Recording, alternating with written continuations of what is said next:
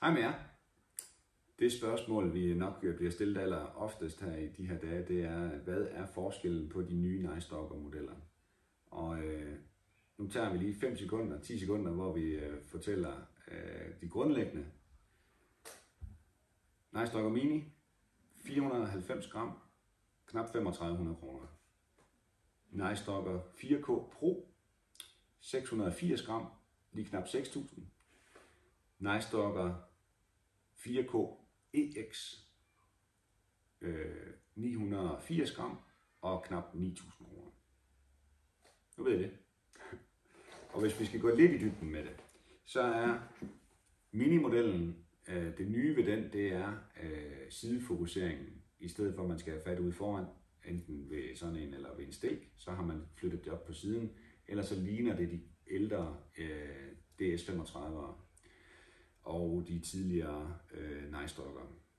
Hele huset derhen er det nøjagtigt det samme. Det er et 2K kamera, man kan ikke få den med IR, man kan ikke få den med laserafstandsmåler. Så hvis man bare vil have en lav forstørrelse og en natkigger, der er til at betale sig fra, så 3500, så er du kørende. Der er montage med i kassen til Picatinny.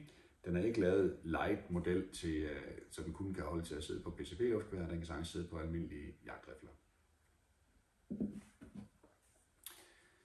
Nice Dogger 4K Pro. Det nye ved den er, at de har redesignet frontklappen, så man nu kan dreje den til højre og venstre skytter, så det passer ind. Man kan skrue de 4 skruer ud og sætte det modul på, der også passer på EX'eren. Så det gør man så enten kan vælge det til eller vælge det fra og ombestemme sig fra 850 til 940 eller hvad man nu vil. Selvfølgelig er 30 mm rør, så den passer på alle montager. De har også sidefokusering på Pro-modellen, men den har større klumpede, så det er nemmere at få fat, så man skal bruge mindre kraft på at fokusere. Og hvis vi skal være ærlige, så er det jo det, vi sidder og gør hele tiden. Hele natten, der sidder vi jo og tweaker og fokuserer efter at få det pæneste billede. Så den del er super smart. Der er kun et batteri, et eksternt batteri, man skal tage ud for at lade, og det gør, at den kan holde vægten nede på 680 gram. Knap 6.000 kroner plus de 1.650 kroner, hvis man vil have laserafstandsmåler. Den har ballistisk computer ud til 1000 meter, så den kan fortælle dig, hvor du skal holde henne på afstanden ud til 1000 meter. Hele bagstykket, der ligner de tidligere Nice Dogger og de tidligere DS35'ere.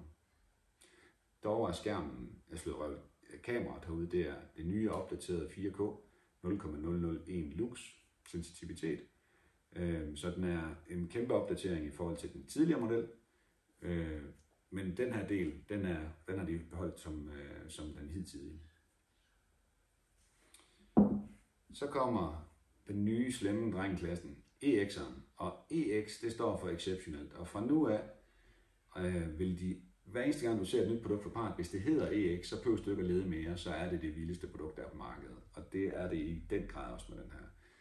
Knapperne og fokuseringen er det samme som på Pro-modellen. Den har dog ekstern og intern batteri. Så hvis du lader dem begge to op, så har du til 9-10 timer kontinuerlig brug uden at gå på pause. Frontklappen er den samme, du kan vente den, dreje den. Lasermodulet her, der stiller du IR-strålen her. I stedet for at hive frem og tilbage for enten at zoome eller flotte, så fokuserer du laseren her. Knapperne herhen er nedsunkende.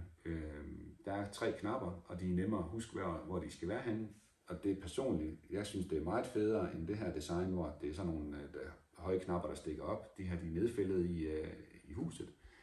Det er langt kønnere, og jeg har ikke nogen problemer med at bruge funktionen, når der er 3.